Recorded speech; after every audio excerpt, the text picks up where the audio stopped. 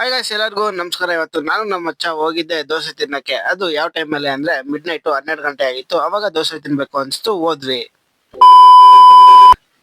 ಹೋಗ್ದ ಗಾಡಿಲಿ petrol ಇಲ್ಲ, petrol ಹಾಕ್ಸ್ಕೊಳ್ಳೋಣ ಅಂತ petrol ಹಾಕ್ಸ್ಕೊಂತಾ ಇದ್ವಿ. ಆಮೇಲೆ ಬಂದು ಸೈಡಲ್ಲಿ ಪರ್ಸ್ ನೋಡಿದ್ರೆ ಪರ್ಸಲ್ಲಿ ಬರೀ 10-20 ಅಷ್ಟೇ ಇದ್ದಿದ್ದು. ಸರಿ, ಹಾಕ್ಸ್ಬಿಟ್ಟಿದೀವಿ, ಹೆಂಗೋ ಒಂದು ಕೊಡ್ಲೇಬೇಕು ಅಂತ ನಾವು ಪೆಟ್ರೋಲ್ಗೆ ಅಮೌಂಟ್ನ ಕೊಟ್ಬಿಟ್ಟು ಅಲ್ಲಿಂದ ನಾವು ಹೋಗಿದ್ದೆ ದೋಸೆ ತಿನ್ನಕ್ಕೆ. ದೋಸೆ ರೆಡಿಯಾಗಿ ಬಿಸಿ ಬಿಸಿ ನೋಡಕ್ ಮಾತ್ರ ಸಖತ್ತಾಗಿ ಕಾಣಿಸ್ತಾ ಇತ್ತು. ನಮ್ಮ ಫ್ರೆಂಡ್ ತಂದು ನನ್ಗೆ ಕೊಡ್ತಾ ಇದ್ದ.